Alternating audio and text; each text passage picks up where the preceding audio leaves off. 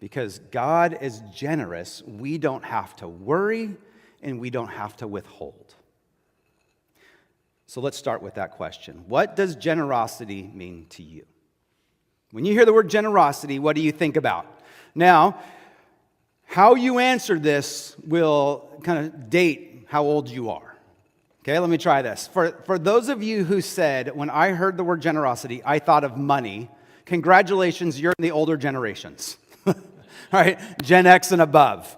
Because most people, for Gen X and above, when we hear generosity, we think of giving. For those of you who thought, when you heard the word generosity, you thought about service, sitting with people, caring for people, giving them time and energy, well, congratulations, you're in the millennial and Gen Z categories. And if you're older and you still thought about that, well, you're just young at heart, so congratulations, right? Both of those are true. Both of those are right? Generosity covers a whole lot. But today, I'm going to focus more in on the financial generosity. I'm going to talk about that for a little bit. Now, next week, and for the following 10 weeks, we're going to talk about how we are generous with our time, with the people around us, how we give to them. So we're going to get to that in here next week and onward. But today I want to sit and just spend a little time talking about financial generosity.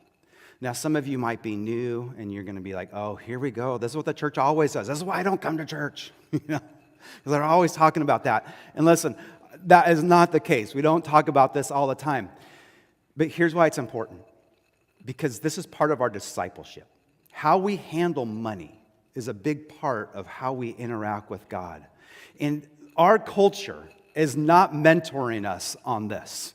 All right, our American society is not really showing us a good model. And so I have to take some time every once in a while to bring us back, right, to what God has called us to. And so I am not trying to make anybody feel guilty today. That is not my intention. If that's where you're at, that's the Spirit working in your heart, okay?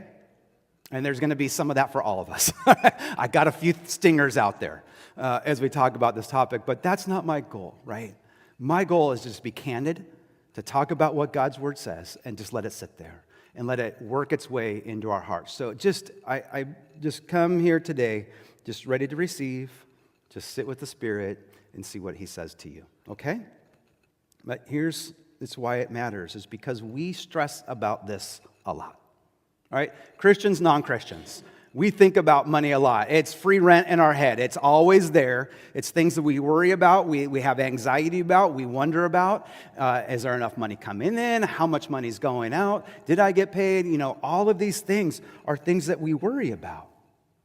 And it causes stress. It causes conflict, right, in marriages, in relationships, even in friendships. Did you pay me what you owe me? I mean, all of these things, they're close to our heart, and we give a lot of time in thinking about it. Right? And sometimes we think if we just had more money, we wouldn't worry about, but even more money causes more problems. All right? Notorious B.I.G., Biggie Smalls said that years ago.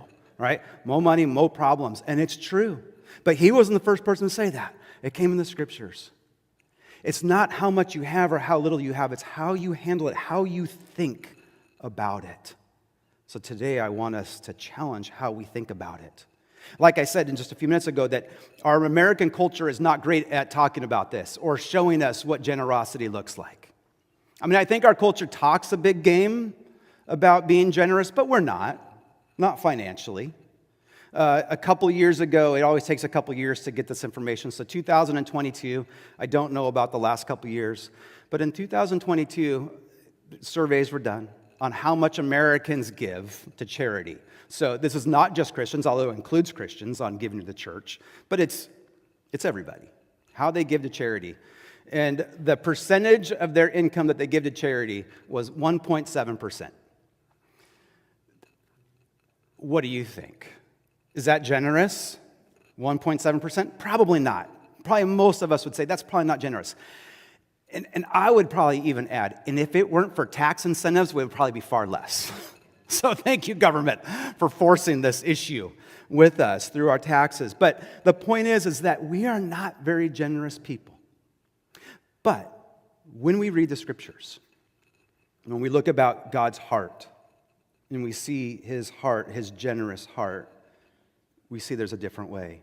When we read about Jesus and what he talked about and how he modeled it, we see a different way. When you look into the epistles and you see how Paul talks about us or tells us to be generous people, there is a different way than what our culture shows us. And so today I want us to talk about that, what it looks like to be citizens of heaven, to be people of God's kingdom, and what generosity looks like in our lives. So that's what we'll look at today. But it all comes back to God, because God is a giver. He's not a taker. He's not a hoarder. He is a giver, and that's his heart. And so today I want us to we're going to look at God's heart, right? He is a giver. He's a generous giver. We're going to look at how he modeled that. What were the things that he said? And we'll look at a couple of those, how he modeled this generosity. And then we'll look at what the response is, how we should live. What is God calling us to do? How we respond to that. So that'll be our outline for today. So let's start with God. We'll start with the book of Isaiah as we kind of look at him and what we see about God's heart. And we see this, that generosity flows from God's heart. Right? He's always, from the very beginning, been one who gives to us. Right? Our world, it's not just a place to sustain us. Right? It's a place to satisfy us. That he's given us this world that brings great satisfaction to us. I mean, God is a giving God. He's a God of abundance, and he loves to give. That's his heart. So we see it in creation, right? We see this beautiful world that God has given us to enjoy, right? To sustain us, to provide for our needs and pleasures. There's light, there's color, there's sound. Right? It's in the air. It's the ability to taste and enjoy, to hear and appreciate, touch and be satisfied. All these things are these gifts from God that he gives to us. When I think of it this way, I can't help but think of the Lion King, right? And Mufasa to Simba, when they're looking out at the land and he says, "You see everything that the light touches? That's our kingdom."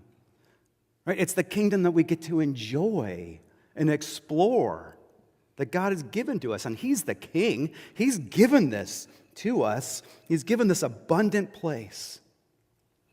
But unlike the brother Scar, we don't hoard it. We don't keep the best for ourselves. God has given it all to us. So we see it in creation, but we see it in his Son.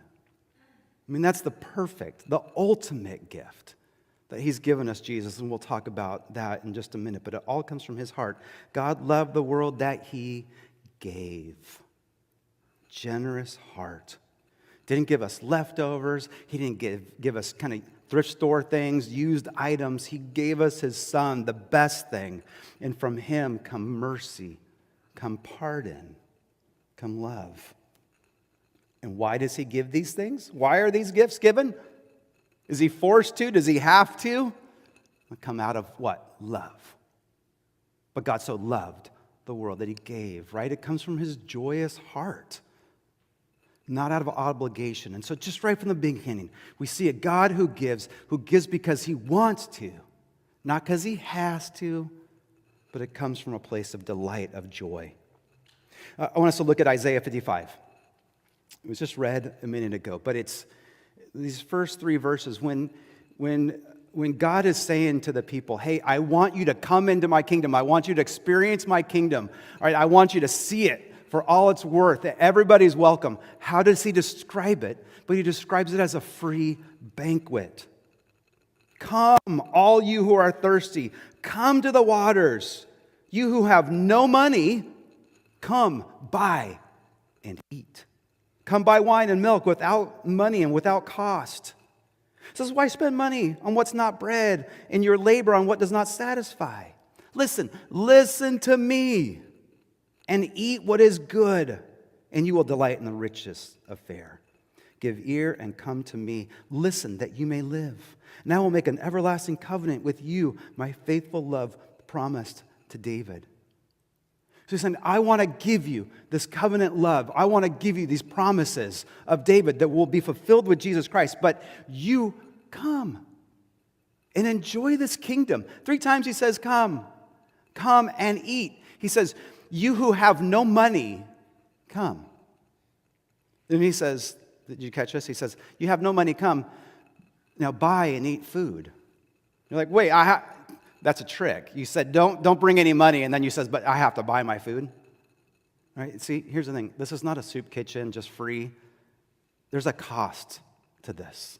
There's an insurance cost. The food has a price on it. But here's the deal. It's like the first credit card. It's all on credit. You come, you select what you want. We'll add up the tally, and my son's going to pay for that. My son's going to take care of it. It's costly, yes. But for you, you come. It's free. I'm the giver. I'm giving generously. He says, you guys, you work, you toil, and you buy these things that don't satisfy. When right here, it's all open for you. This is your banquet.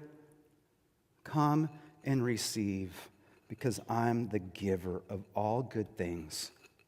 He talks about these things by milk, like water, bread, wine. All of these are things very significant in the Old Testament. I'm not going to get into it, but if you just think about it, the land of milk and honey, right? That's the promised land that he gave them for free. Right? When in the desert, they were thirsty, they needed water. God knocked open the rocks and let water flow and took care of them. We see bread being satisfied. They were hungry. What did they have? They had manna. It was like bread that came down. Bread that sat in the tabernacle before the Lord. Bread that was fed to Elijah when he was in the desert. All of these things are important in the Old Testament. And then what does Jesus do with all of them? I'm the bread of life. I give living water. My miracle is abundant wine. That's my first miracle. Like all of these things are pointing to Jesus, that he's the perfect gift that we get to receive. So throughout the scriptures, we could look at many different passages, but all of them point to this God who's a giver. If you keep going in that passage to verse 7, it says, let them turn to the Lord. You've eaten, right? You've enjoyed, now turn to the Lord, right? And he will have mercy on them. And to our God, for he will freely pardon. You see how that points to Jesus, to the mercy of the cross, freeing us, forgiving us, pardoning us from our sins. You know, all that comes because God is not a hoarder, right? He's not just holding on all these things. He's giving these to his people. So first thing, when we talk about giving, where does it come from? It comes from our God who gives with joy and delight.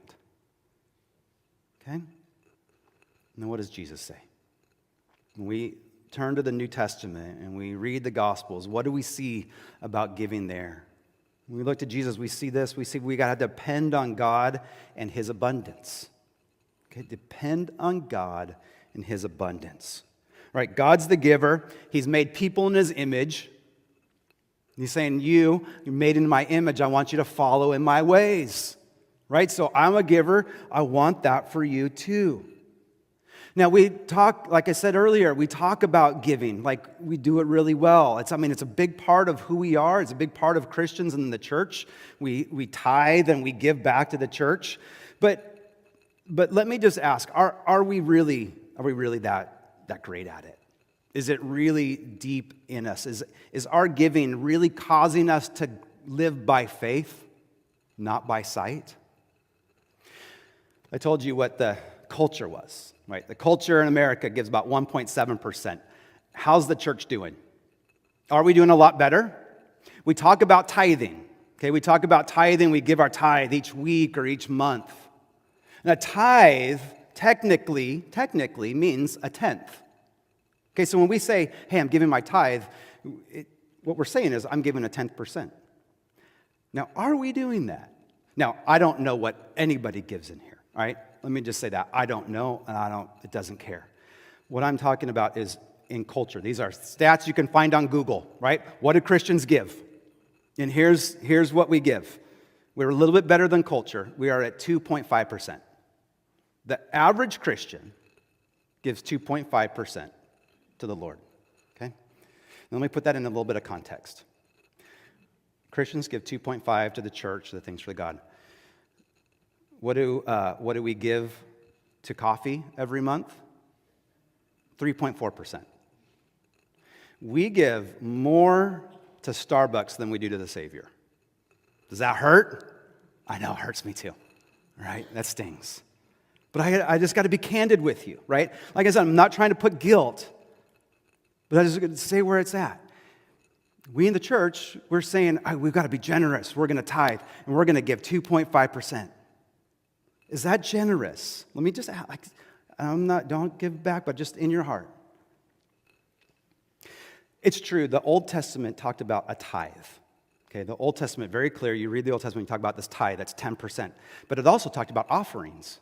You give your tithe and your offering. So you give the free will offering on top of that. So in the Old Testament, they're giving more than 10% to the Lord. But in the New Testament, you don't see the word tithe in there. There's not a 10%. Instead, Paul takes this word tithe and changes it to be a cheerful giver.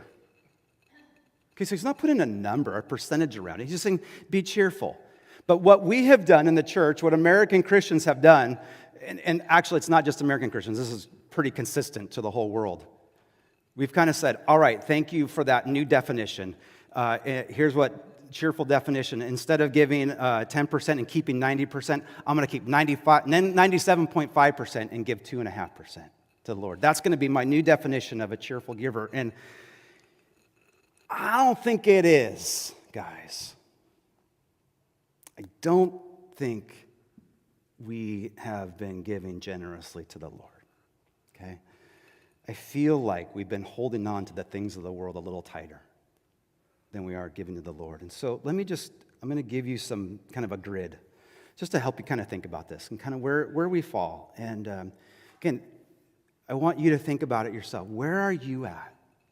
And where is God calling you? Here's a kind of 4 mindsets to money. This is from Pastor Trey Van Camp over in Arizona.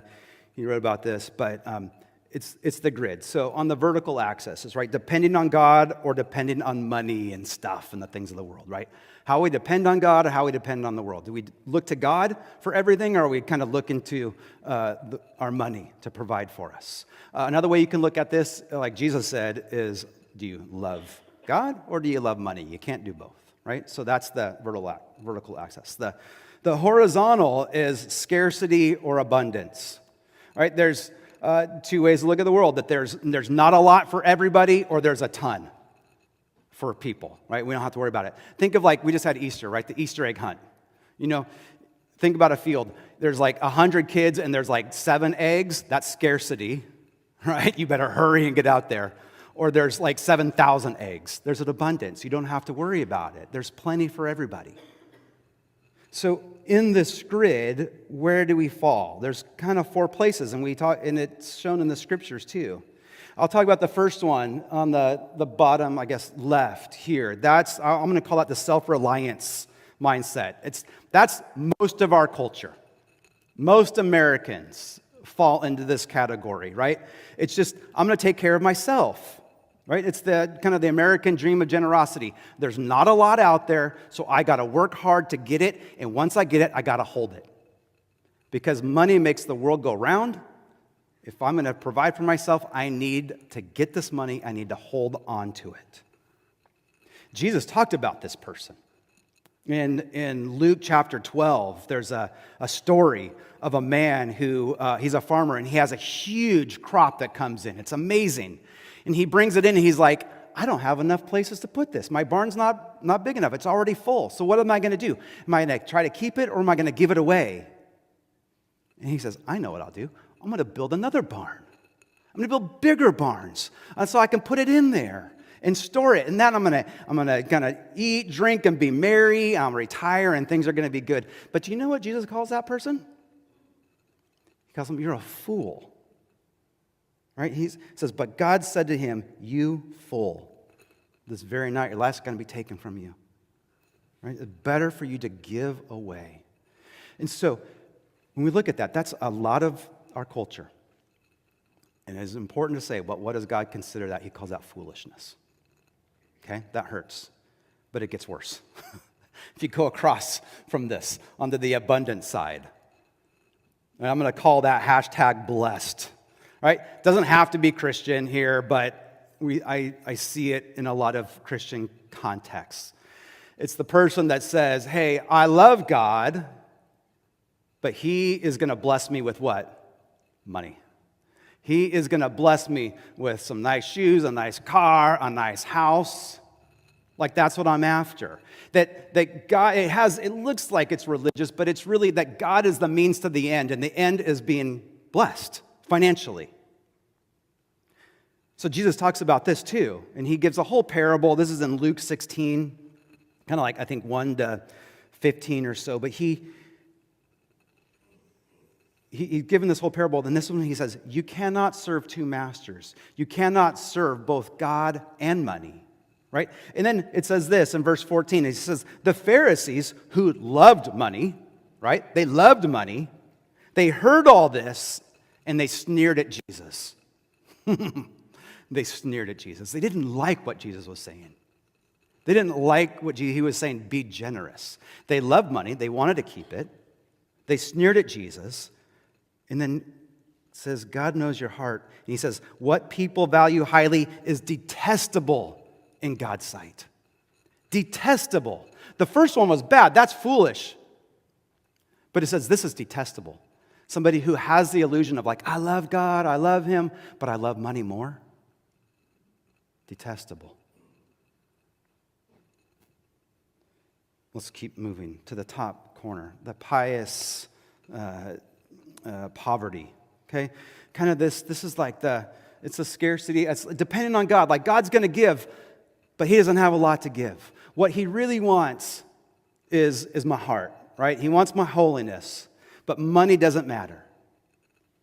We see this in the other example that Jesus gives, right? There's this rich man that comes up to him, right? And this man says, hey, how do I serve God? He says, gives them a talk about the greatest commandments and all that. And then Jesus says, but give everything away. Give it to the poor. And the guy leaves because he's rich. And then Jesus says, hey, it's harder for a rich person to go into heaven than a camel to go through the eye of a needle. And remember what the disciples say. In Matthew 19:27, they say, what about us? We've left everything. We've done that. We've left everything. Aren't we good? And Jesus is saying, you're missing the point. It's not about just being poor, leaving everything from the gospel. It's about being generous. It's about having faith. I'm glad you left everything. That's really good. You've abandoned some of these things of the world. But it's not just that. It's about having faith and being generous. If you have nothing, you can't be generous. That's why John Wesley says, earn all you can, save all you can, and give all you can. So it's not just pious poverty. The last one is the example of Jesus. Let's call it the way of Jesus.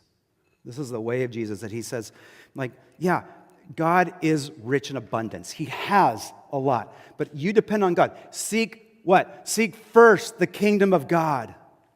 And these things will be taken care of. All these things will be taken care of. Because God does own the cattle on 1,000 hills. But you know what else he owns? The hills. The 1,000 hills. He has plenty. Seek first the kingdom of God, and he'll take care of you. I'm not saying everybody's going to be rich. This isn't about rich or poor, right? This is about just trusting God. It's the mindset. I can trust God because I love God. I know he's a good God. I know he's great. I know he's generous. I know he has abundance, so I can be generous, and I know I'll be provided for. Here's the example that he gives in Luke 21. In Luke 21, he's with his disciples. They're at the temple. They're kind of in that section where people are giving their offerings. And people are giving money and all that kind of stuff. And then he sees somebody, and he says, hey, disciples, come over here, because this is really amazing. You got to see this. He says, see that little widow over there? That is the kingdom of God at work. That's somebody who's living for the kingdom. And I'm sure the disciples were befuddled because here's all these other guys that are just, throwing their money, throwing their bills in there. But this little widow has 2 pennies and she puts it in there. And Jesus says, that's what it's about. That's generosity. Probably the smallest gift of the whole day. I'm sure at the end of the day they're counting hundreds, hundreds and hundreds and hundreds. And they're like, who put these 2 pennies in here? See, here's the thing. It's not about the amount. It's about faith. He said, these other guys, they gave their 1.7%. They gave a lot, sure, but they just gave their 1.7. They still have plenty. But it said this lady gave her 100%. It says she gave it all. She gave out of her poverty. She put in all that she had. That's the generous person. Not the amount of money, but it's living by faith, trusting God, knowing that He has abundance and He's going to give. And so when we give to the Lord knowing He's going to take care of us. He will provide. So that's the question. Do you trust the Lord? Are you willing to take a step of faith saying, I'm going to give? I'm going to give generously because I know God will provide. There's abundance. If I seek Him first, He's going to care for me. We have to learn how to live by God's promises, not our bank accounts, not what we have, but depending on God. That's what I want for us. So we saw God's heart. We see how Jesus models it, how He showed it to His people. Let's bring it home now. What's it mean for us? Generosity is a joyful practice by God's people. It's something we do. It's a joyful habit that's practiced by God's people. God doesn't want generosity from us. Right? He's got the abundance. He didn't need it. It's not for Him, it's for us. He doesn't call us to, just put this burden on us. He's saying, I want to bless you this way. I want to bless you. It's not about giving it all away, but it's giving enough away so that we learn how to live by faith, what He's called us to do. So the first thing that when we think this way, we got to realize that God's math is not American math. It's just different. American math is all right, I'm going to work hard. I'm going to make this much money. I'm going to save this. That's what we do. It makes sense. You earn money, you save, you have this money. You put it in the bank, you get interest, all that. But God's math is different. God's math is, I'm going to bless you with this. You give this away, and I'm going to give you just as much. I'm going to give you more. I'm going to provide for you. I'm going to give you more joy and more peace, all right, even more security. When you trust me, and when you just give it, you're going to have more. There's going to be an abundance in your life. Here in Luke chapter 6, Jesus is continuing talking about, and people are talking about judging one another, right? There's all this judging kind of stuff going on, and Jesus just stops it and He says, listen, stop talking about judgment. I want you to start thinking about giving. He says, give, and it will be given to you. A good measure, pressed down, shaken together, running over. It will be poured into your lap. For with the measure you use, it will be measured to you. He's like, if you want to be judgmental and start judging others, that's great. That's what's going to be poured into your lap. You're going to get judged. I want you to think that way. I want you to think a different way. Have a different mentality. Change the way you think. Start thinking about just being givers. Just give to others. Because when you give, the Lord's just he's gonna get this nice present for you. He's gonna pack it up and He's gonna pour it on your lap. That's what you're gonna get. comes from Malachi in the Old Testament, right? Right at the end of the Old Testament, Malachi is talking about, he's saying that all these people, the Israelites, they have stopped being faithful. They stopped, there's plenty of different examples, but one of the way that they stopped is through their giving. They're no longer giving their tithes and offerings. This is the one time that he says, you can test me.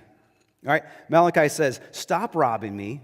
Stop stealing from me. Instead, bring me your tithe. Test me in this and see if I will not throw open the floodgates of heaven and pour out so much blessing that there won't be enough room to store it. I'm going to make sure your fruit is ripe, that it's taken care of. I'm going to bless you in every which way. Throughout the scriptures, Jesus is saying, I want you, those who are rich, give. When somebody asks, let them borrow it. Don't charge them interest. Don't keep track of it. Just give freely. Paul, when he's talking in Ephesians, he's saying, some of you, you are thieves, right? You were stealing from people, but now you came to Christ. Now I want you to get a job. I want you to earn money. Why? So you can share it with others. Paul tells Timothy, he says, you're going to have rich people in your congregation. Tell them to be generous. Give, share, loan to others. These commands throughout Scripture telling us that because God is a God of generosity and provision and abundance, that we should follow in that same example. And this, again, this is hard because this is not the way the world teaches us to live. But Christ does. Right? To give to Him. All right, I remember when my wife and I were first married, and that's 21 years ago, and I mean, I was a youth pastor, and she was a rookie teacher first year. We didn't have a lot. And there's this great temptation to say, well, Lord, I'm serving you, I'm working at the church, right? I'm just going to keep that tithe. But we just knew that wasn't what God was calling us to do. And say, no, we've got to give. We've got to be generous. And I'm telling you, like throughout that and throughout our marriage, just seeing the Lord respond to that. We've said so many times, we've had this conversation so many times, like, I don't get it.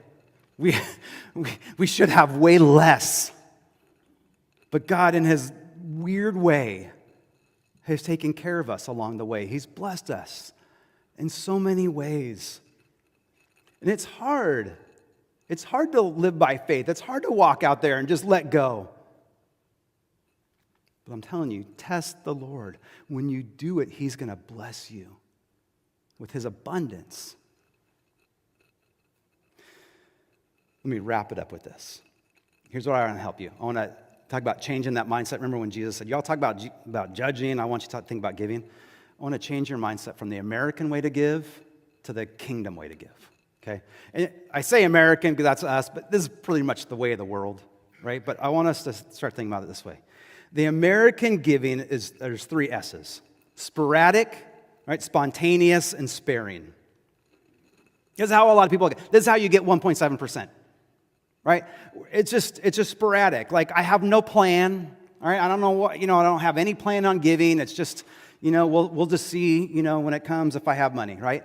There's no plan. But it's spontaneous. Most people, when they give, it's just like they're moved, right? I've seen that commercial, maybe you have too, the SPCA one. It's about dogs, right? Dogs in the shelters, and they're in the rain and in the mud and in these cages, and they've been hurt, and Sarah McLachlan's playing in the background, and it's like, oh, these poor dogs. Like, I don't want that. I want to save them. And so maybe we give that way because it's like spontaneous. We're moved. Or maybe someone sees, like, you're coming out of the grocery store and someone says, hey, there's orphans that you can support, these orphans around the world, and you're moved by that, and so you want to do it. But it's sporadic, and it's spontaneous, and it's sparing too. It's kind of saying, well, if I have money, if I have some extra, I'll do this. But if I don't, I can't. The banks.com kind of wrote a little survey saying the average American has about $6,000 in credit card debt. If you got $6,000 or more or whatever it is, you don't have a lot extra to give. So again, that's why we don't give a lot. Because we're sporadic. We don't have a plan. We're spontaneous, and it's sparing. That's the way of the world. That's our American culture. And that's how many of us give, okay? But I want us to change that. I want us to see a new paradigm. Kingdom giving, right? These are all P's now to make it easy, right? Priority, percentage, and progressing. All right, it's making a priority. Just saying, this is going to be my priority. This is what I'm going to give to you. The Bible talks about first fruits, giving first fruits. And that comes from probably Cain and Abel, right? When Abel gave the first fruits, right? The best. But it was a festival in Israel where when the grain was ready, they'd go and they'd cut off a portion and they'd give it to the Lord. Before they harvested anything, they'd cut off something, they'd give that to the Lord, and they'd wave it before Him. That was the first fruits that they would give. And after that, they would harvest the rest. Right? There's this, again, when I was talking about my wife and I when we were first married and saying, okay, we got to give. I didn't give first fruits at the time. I gave the last fruits, right? You get all your bills and you pay that, make sure we can pay our mortgage and the car and da-da-da-da, and you pay all these, and then you look at the end and you say, all right, here's what we got. Let's give out of this. And then I read Proverbs 3:9, and it says, honor the Lord with your wealth, with the first fruits of your crops. I'm like, I got to change how we do that. I got to make this a priority. So we're going to give to the Lord right off the top, and then we'll figure out the rest. And if we have to cut down on things, if we have to save in other ways, we'll do that. But it's making Him the priority with our giving. Right? We don't want to be legalistic about this. We want to do it with joy, but making Him our priority. Okay, second is percentage. Have a plan. Again, if you go with tithe, we're talking, that's a 10%. That's a good place to think about, but it doesn't have to be that. But this is where I want you to go with the Lord and go, if you're married, go with your spouse and just pray about this and say, what's the percentage He's calling us to? Is it 5%? Is it 8%? Is it 10, 12, whatever it is? Like, Lord, what are you calling us to do? Let's make a plan. And then let's stick with that. And here's what I say, make sure you're a joyful giver, right?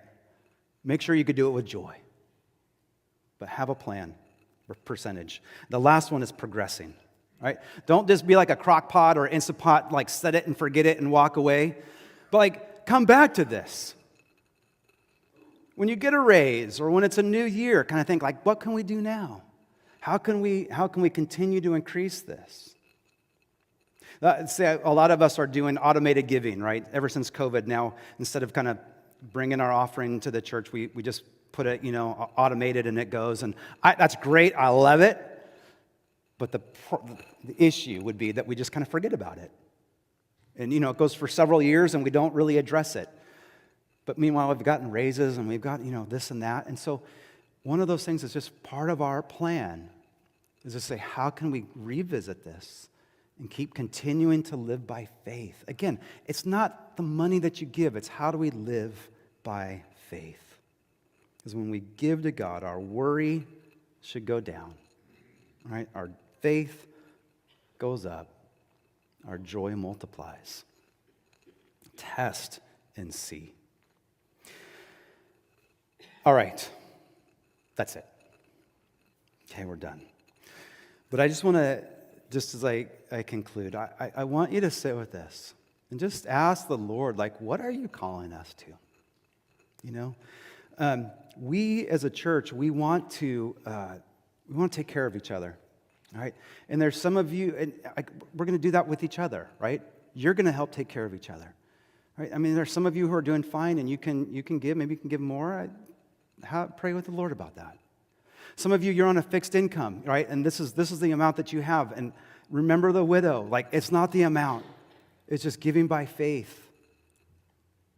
And so if the Lord has put that, then you just give by faith. It doesn't matter.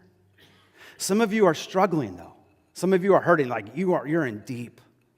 And then you hear this message about you got to give more. It stresses you out for the bills. Listen, we want to help you. We do have a servant fund. We can help a little bit. But we want to come and be a part of that. How can we sit? How can we help you kind of get out of that so you can get a place where you're stable? We care about that too. And some of you, you say, I can't give money right now, but I have time, and that's wonderful, and we'll talk about that in the coming weeks as well. But those are great places to start. Do what you can to be generous, just to create that generous heart. But let me just tell you 3 things, I'll wrap up with this, that happened this week because of your generosity. All right, we just heard about it earlier. The elementary school Juarez came in here for their spring performance. We had about 1,200 people come in here throughout the day. 1,200, right? Sat in here, not at the same time, but throughout the day. But we didn't charge them. In fact, it probably cost us money with air conditioning and with staff and all of that kind of stuff. But it was worth it. It was so worth it to be able to be a good neighbor, to help them. They didn't have a place for this. They would have done it on the playground.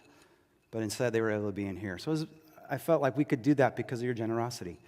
But while I was there, I was outside in the courtyard, and a lady comes up to me, and she says, "You don't know me, but you helped me."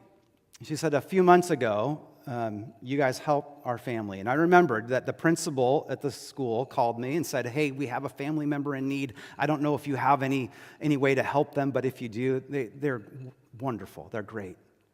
And so we took our servant fund. That's money that you give to us so that we could give to others. And we only give it to others. And so we got some gift cards and groceries and gas and things like that. I think we were pretty generous. We put in an envelope. I wrote a handwritten note on there. We invited her to church and all that. She came to the garage sale a few weeks later, but she came up to me and she said, "Because what you did, you have no idea how much that meant to me and my family." And her husband was there. She gave me a hug. Her husband gave me a hug and just said, "Thank you to your church." We're able to do that because of your giving.